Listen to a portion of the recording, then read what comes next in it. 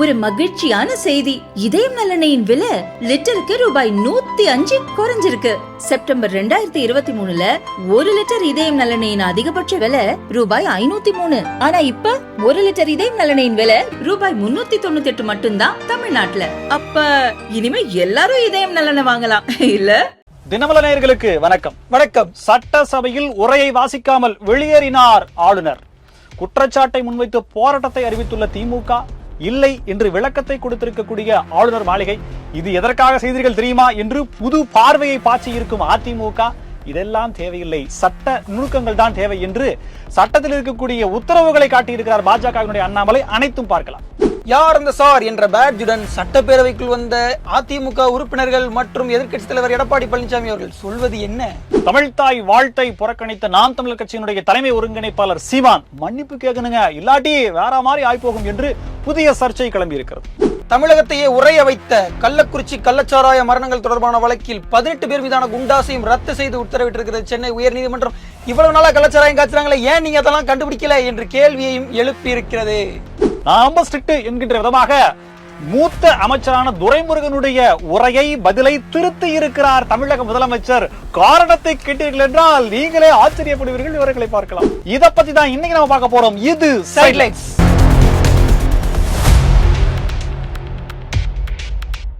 அண்டம் நடுநடுங்க, தரைகள் நடுநடுங்க அப்படின்ற மாதிரி எல்லாம் அடுக்கு மொழியில சொல்லுவாங்க. அந்த மாதிரி சட்டசபை இன்னைக்கு அப்படியே நடுநடுங்கி அதிர்ந்து போய்விட்டதா அப்படின்ற மாதிரி தொடர்ந்து அதுபடியான செய்திகள், அது சார்புடைய செய்திகள், எல்லா தலைப்பு செய்திகள், சிறு செய்திகள், குட்டி செய்திகள், பெட்டி செய்திகள், ஒருவரி செய்திகள் அப்படிதான் வந்துட்டு இருக்குது. ஆனா இது எல்லாருக்கும் மேல நீங்க தூரமா நின்று பாத்தீங்க அப்படின்னா ஓ இது இதுக்கா அப்படின்ற மாதிரி இருக்கு. விஷயத்துக்கு வரேன். இன்னைக்கு ஆண்டினுடைய முதல் சட்டசபையினுடைய கூட்டத்தொடர் நடக்குது. ஆளுநர் மரியாதையெல்லாம் ஏத்துக்கிட்டு அவர் வர்றாரு. அவருக்கு முதலமைச்சர் மரியாதை செய்யறாரு. சோ தமிழ்தாய் வாழ்த்து இசைக்கப்படுது. அதன் பிறகு தேசிய கீதத்தை இசைக்க வேண்டும் என்று ஆளுநர் அவரை சமிக்ஞை காட்ட அதற்கு இவர் இசைவு தெரிவிக்காததால் உடனே சபையிலிருந்து ஆளுநர் உரையை வாசிக்காமல் வெளியே சென்று விட்டார். இதுதான் நிகழ்வினுடைய உண்மை சம்பவம். சோ இது வந்து அவமதிச்சிட்டாரு. என்ன நீங்க சட்டத்தை கையில் எடுத்துக்கிறாரு, ஆளுநர்னா கொடுத்ததை தானே வாசிக்கணும்னு சொல்லி பழைய புராணம் 2023-24 நடந்ததெல்லாம் அவங்க மேற்கொள்ள காட்டுறாங்க. போன தடவை வந்துட்டு உரையை வாசிக்கும் போது திருத்தி வாசிட்டாரு பிரச்சனை. இப்ப பாத்தீங்கன்னா உரையை வாசிக்கவே இல்லை, வாசிக்கிறதுக்கு முன்னாடியே வெளியே போயிட்டாருன்னு பிரச்சனை. போக போக ஆளுநருக்கான ஸ்பேஸ் கம்மியாகிட்டே வருது. இதெல்லாம் நடக்கக்கூடாதானே அவங்க வந்து கேட்டுக்கிட்டேன்.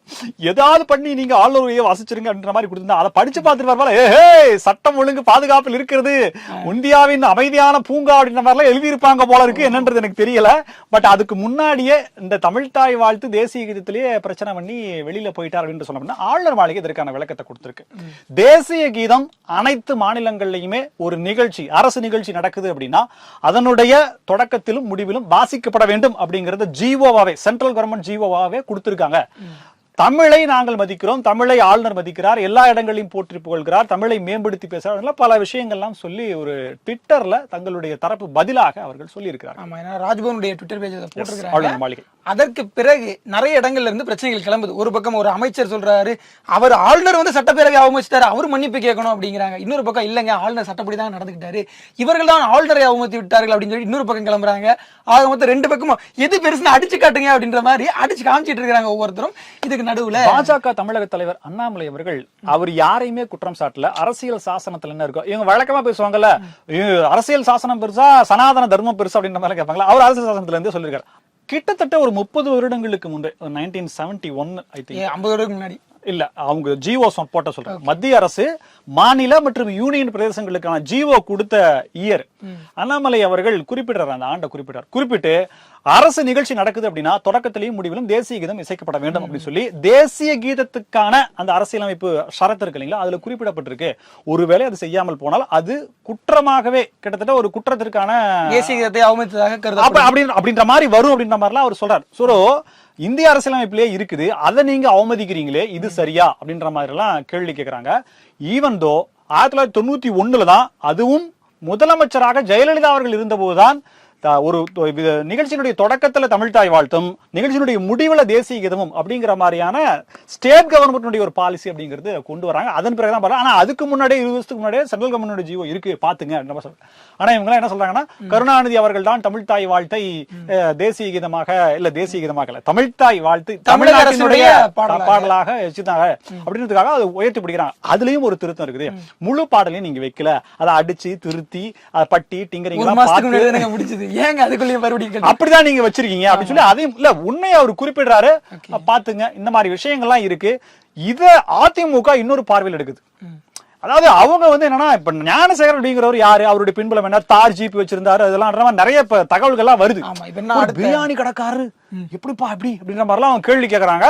பின்புலம் என்ன, இது இன்னொன்னு பாத்தீங்கன்னா, இன்னொரு அரசியல் அமைப்பை சார்ந்தவர் அரசியல் என்ன சொல்றாரு அப்படின்னா, மியூசிக் டைரக்டர் தீனா அவர் என்ன சொல்றாரு அப்படின்னு பாத்தீங்கன்னா, இவர் ஒரு அரசியல்வாதி தான். யாரு அது, யார் அந்த சார் அப்படின்னா அரசியல்வாதி அப்படின்ற மாதிரிலாம் அவர் சரியா சொல்றாரு. சோ ஒரு பிரச்சனையை பூதாகரமாக்குறாங்க. பதில் சொல்ல வேண்டிய கட்டாயத்துல அழுத்தத்துல தமிழக அரசு இருக்கு அப்படிங்கறதுனால இத மடமாற்றும் வேலையா இவங்க இதை பாக்குறாங்க. இந்த விஷயத்த ஆளுநருடைய தமிழ்தாய் வாழ்த்து அப்படிங்கறத பாக்குறாங்க. ஏற்கனவே அவர் சொல்லியிருக்கார், ஆளுநர் தமிழ்தாய் வாழ்த்து இசைக்கப்பட்ட பிறகு தேசிய கீதம் பாடப்பட வேண்டும் அப்படின்ற கேள்வி வச்சிருக்காரு. அது நீங்க மறுத்தீங்களா இல்லையா அப்படிங்கிறது உங்களுக்கும் ஆண்டவனுக்கு தான் தெரியும் அப்படிங்கிற கேள்வி முன்வைக்கிறாங்க. சோ இது ஏற்கனவே பிளான் பண்ணப்பட்டது அப்படின்ற பல புள்ளி விவரங்களை சட்டசபையிலிருந்து வெளியேற்றப்பட்ட உடனே அதிமுகவினுடைய பொதுச்செயலாளர் எடப்பாடி கே பழனிசாமி அவர்கள் செய்தியாளர் சந்திப்புல முன்வைக்கிறார். அது என்னன்னா, அவங்க யார் அந்த சார் அப்படின்னு ஒரு பேட்ஜை போட்டு வந்திருக்காங்க. அதுதான் நம்ம அடுத்த கண்டென்ட் அதுலயும் போயிடும். யார் அந்த சார் பேட்ஜ் போட்ட உடனே நான் கூட நினைச்சேன், என்ன நல்லா லோகலா டிசைன் பண்ண மாதிரி இருக்கு, சூப்பரா இருந்துச்சு. காலையில அந்த 9 மணிக்கு லைவ் பார்த்தோன்னே வேற லெவல் பா, இது நீ ட்ரெண்டிங் பா அப்படின்ற மாதிரி இருந்துச்சு. ஆனா 5 நிமிஷத்துல பாத்தீங்கன்னா புஷ்னு போச்சு. அது என்னன்னா, அவர் பேசுறாரு, பேசும்போது நிறைய விஷயங்களை சொல்றாரு, சொல்லிட்டு கடைசியில் இந்த விஷயத்துக்கு வரும்போது இதை கேட்டவுடனே நீங்க ஏன் பதட்டப்படுறீங்க, நீங்க ஏன் டென்ஷன் ஆகுறீங்க, ஸ்டாலின் அரசே பதில் சொல் பதில் சொல் பதில் சொல், யார் அந்த சார்னு பதில் சொல் அப்படின்னு சொல்லிட்டு அவங்க அந்த முழக்கம் பதாகையெல்லாம் வச்சிருக்கிறாங்க. வச்சுட்டு ஆளுநரை இவங்க அவமானப்படுத்தினாங்க அப்படின்னு மிக்ஸ்டா ஒரு கருத்து சொன்னாரு. எல்லாவற்றையும் தாண்டி இந்த யார் இந்த சார் அண்ணா பல்கலைக்கழக விஷயத்துல ஒரு தெளிவான ஸ்டேட்மெண்ட்டை நம்ம தமிழக அரசு கொடுக்க தவறி விட்டது அப்படிங்கிற ஒரு குற்றச்சாட்டையும் வச்சிருக்கிறார். இதுல இருந்து இன்னொன்னு பாத்தீங்கன்னா, அதிமுகவிலிருந்து இப்போது எதிரணியாக செயல்பட்டு கொண்டிருக்கக்கூடிய மருது அழகுராஜ் அவர் என்ன சொல்லிருக்காரு அப்படின்னா, கொடநாடு எஸ்டேட்டில் சிசிடிவி கேமராவை ஆஃப் செய்ய சொன்ன அந்த சார் யார் அப்படின்னு அவர் ஒரு குண்டு தூக்கி போட்டிருக்காரு. ஏங்க என்னங்க இது, மக்கள் உங்க சண்டையை அப்புறம் வச்சுக்கீங்க, முதல்ல இந்த யார் இந்த சாருங்கிறது விளக்கத்தை அப்புறமா இவர் இடையில போது குறுகால சைக்கிள் வாழை சைக்கிள் எடுத்து ஓடிட்டு இருக்காரு. பட் என்னன்றது தெரியல. இப்ப யார் இந்த சார் அப்படிங்கறத ஒரு $1 மில்லியன் கொஸ்டினா முன்வைக்கிறாங்க. ஞானசேகரன் பற்றிய தகவல்கள் நீங்க நல்லா டிவில நிறைய தகவல்கள் பார்க்கலாம். தார் ஜீப் என்ன விலைங்க இல்ல, அது போக அவங்க வீட்டுல நிறைய ஆவணங்கள் கைப்பற்றப்பட்டதா சொல்றாங்க. இதற்கு அவருடைய மனைவியும் உடந்தை அப்படின்ற மாதிரி எல்லாம் தகவல்கள் வருது. தகவல்கள் கேட்க போஸ்ட் குழு அமைக்கப்பட்டிருக்கு.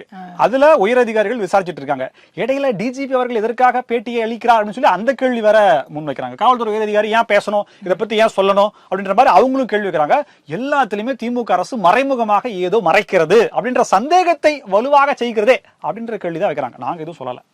சென்னை புத்தக கண்காட்சி, அதாவது ஊர்ல எல்லாம் பாத்தீங்கன்னா திருவிழா போட்டு ஊருக்கு போறவா அப்படின்ற மாதிரி எல்லாம் சொல்லுவாங்க. ஒரு 2 நாள் லீவ் போட்டு இருக்கும், ஒரு 2 நாள் லீவ் போட்டு பால் குடம், அப்புறம் பாத்தீங்கன்னா என்ன அக்னி சட்டி, பூ மிதிக்கிறது, அதுக்கெல்லாம் திருவிழாவுக்கு யாரும் போக மாட்டாங்க. முறப்பொண்ணுங்க பாசம் வைக்கக்கூடியவர்கள், முறப்பொண்ணுங்க வருவாங்க, சைட் அடிச்சுட்டு அப்படியே சாமியை கும்பிட்டு இன்டெப்தா போறாங்க. இளவட்டங்களுக்கு தானே அதுக்கு போறதுக்கான உண்மையான காரணங்கள் தெரியும், அதானே சொல்லணும்.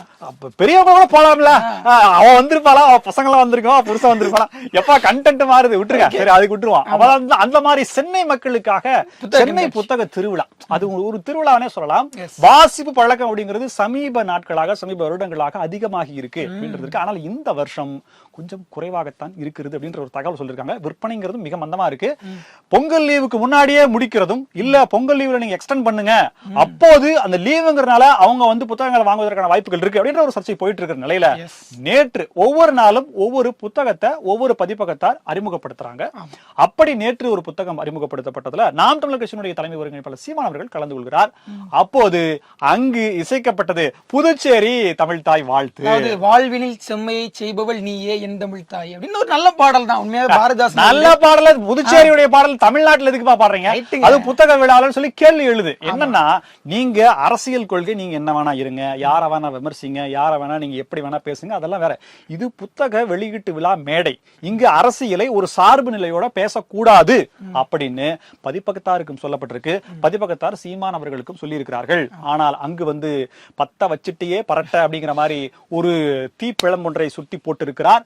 அது மிகப்பெரிய பேசுபொருளாகி இருக்கு. தமிழ் தாய் வாழ்த்தினுடைய பிரச்சனை இன்னைக்கு காலையில ஆளுநர், திமுக, அதிமுக, பாஜக அப்படின்னு போயிட்டு இருக்க நிலையில இவர் பாட்டுக்கு நேத்தே ஆரம்பிச்சிட்டா அப்படின்ற மாதிரி ஒரு பிரச்சனை. இது என்னன்னா சீமானவர்களுடைய நிலைப்பாடு என்னன்னா, அந்த தமிழ் தாய் வாழ்த்து திராவிடம்னு வருது, எங்களுடைய கிடையாது, நாங்க உண்மையான தமிழ் தாய் வாழ்த்தை போடுவோம்னு ஒரு நீண்ட நாட்களா சொல்லிட்டு இருக்காங்க. அண்ணாமலை அவர்களுமே அதுதான் சொல்றாரு. என்னன்னா அது முழுமையாகவுமே இல்ல அப்படிங்கறதுனால அதுலயும் விமர்சனங்கள் வைக்கப்படுது. சோ இருந்தாலும் இந்த கருத்து ஏற்றுக்கொள்ளக்கூடியதா. பப்பாசியினுடைய தலைவர் சொக்கலிங்கம் அவர்கள் கடுமையான நடவடிக்கை எடுக்கப்படும். அந்த வர்றாங்களா அந்த பாதைக்கு வந்து முன்னாள் முதலமைச்சர் அவர்களுடைய பெயர் வைக்கப்பட்டிருக்கு, கருணாநிதி அவருடைய பெயர் வைக்கப்பட்டிருக்கு. ஒவ்வொரு பாதைக்கும் இளங்கோவடிகள், வள்ளலார், பாரதியார் நிறைய. இதுல எல்லாம் அரசியல் எதுவுமே கிடையாது. இதை வந்து விமர்சிச்சு அவர் பேசுறது அப்படிங்கிறது ஏற்றுக்கொள்ள முடியாதுன்னு சொல்லிட்டு பதிப்பகத்தாருக்கு கடுமையான கண்டனங்களை தெரிவிச்சு விளக்கம் கேட்டு அப்புறம் அவங்க மன்னிப்பு கேட்டு மறுப்பு. ஏன்னா நாங்க தான் சீஃப் கெஸ்டா கூட்டிட்டு வந்தோம், இதற்கு நாங்க தான் பொறுப்பு சொல்லிட்டு அவங்க பேசிட்டாங்க. நாங்க சொன்னாங்க அரசியல் பேசிடாதங்க யான்னு சொன்னாங்க. ஆனா அவர் பொதுமேடை நினைத்து பேசிவிட்டாரு அவங்க வந்து சொல்லியிருக்காங்க. சோ இந்த பிரச்சனைய நம்ம பார்த்தோம்னா இது ஏற்புடையதான். ஏன்னா ஒரு புத்தக வெளியீட்டு விழால வந்துட்டு புத்தக கண்காட்சி விழாவில வந்து தமிழ் தாய் வாழ்த்து பாடாம நீங்க ஏதோ ஒன்று வச்சிருந்தீங்களே அந்த பாட்டை எதனா பாடி விட்டு இருந்தா கூட பரவாயில்ல, அதுக்குமே அவங்க ஒத்துக்க மாட்டாங்க. ஏன்னா அந்த பப்பாசிக்கான ஒரு ரூல் இருக்கு. இனிமேல் வரக்கூடிய விருந்தினர்கள் எப்படி நடந்து கொள்ள வேண்டும் அப்படிங்கிற ஒரு அட்டவணையை நாங்க அந்த ரூல்ஸை வந்து நாங்க கொடுப்போம் அப்படின்ற ஒரு ஸ்ட்ரிக் வந்திருக்காங்க. ஆனா ஒரு விதத்துல வந்து அந்த மேடையில பேசும்போது சீமான் அவர்கள் சொன்னாரு, எனக்கு அனுமதி கொடுத்த, அதுவும் என்னைய வந்து இந்த இடத்துல பேச அனுமதி கொடுத்து அவங்களுக்கு நன்றி. மரபு தானப்பா இது, என்ன இது அவர்கள் பேசுறதா இதுல இது ஒரு பெரிய விஷயமா பேச வேண்டிய அவசியம் இல்லன்னா எனக்கும் அனுமதி கொடுத்தாங்க அப்படின்னா இனிமேல் சீமானுக்கு அனுமதி கொடுக்க மாட்டாங்கன்றத வந்து அது இன்டெரக்டா புரிஞ்சுக்கலாம். அதனால இந்த மாதிரி பேசிட்டாரு, இனி அனுமதி கிடைக்காதுங்கிறதுதான் உண்மை. திமுகவுடைய நாடாளுமன்ற தேர்தல் வெற்றிகளை சுவைக்காமல் செய்த ஒரு வேலை கள்ளக்குறிச்சி கள்ளச்சாராய மரணங்கள், மசாலா மிளகாய் தூள், அந்த மாதிரி ஒரு 70 பேர் வந்து மரணம் அடைந்த ஒரு ரொம்ப சோகமான சம்பவம். 110 நாட்கள் அந்த கிராமமே சோகத்துல மூழ்கி இருந்தது அப்படிங்கிறது யாராலையும் மறக்க முடியாது. அண்மையில நம்ம கடந்து வந்த நாட்கள் தான், அதை யாராலையும் மறக்க முடியாது. ஆனா என்னன்னா இப்போ அந்த கேஸ் வந்து சென்னை உயர்நீதிமன்றத்துல ஹியரிங் வருது. அதுல வந்து அந்த 18 பேர் மீது போடப்பட்ட அந்த குண்டாஸ் அப்படிங்கிறது ஒரு ஜோடிக்கப்பட்ட வழக்கு அப்படின்னு சொல்லி அதை அவங்க வந்து ரத்து பண்றாங்க. ஏன்னா ஒரு குண்டாஸ் வழக்கு போடப்படும் பட்சத்தில் அதுக்கான அறிக்கை எவ்வளவு சீக்கிரம் கொடுக்கணும், அதுக்கான ப்ராசஸ் எல்லாம் எவ்வளவு சரியா செய்யணுமோ அதெல்லாம் இவங்க பின்பற்றல அப்படிங்கிற ஒரு விஷயம் சொல்லியிருக்கிறாங்க. நீங்க இந்த இடத்துல நல்லா யோசிச்சு பாருங்களேன். அந்த சம்பவம் நடந்த பிறகு தமிழக அரசின் பால் கேட்கப்பட்ட கேள்விகள், மக்கள் தன்னெழுச்சியாக ஒரு மக்கள் மனதில் உருவான எதிர்ப்பு, ஆட்சியாளர்கள் மீது எழுந்த எதிர்ப்பு.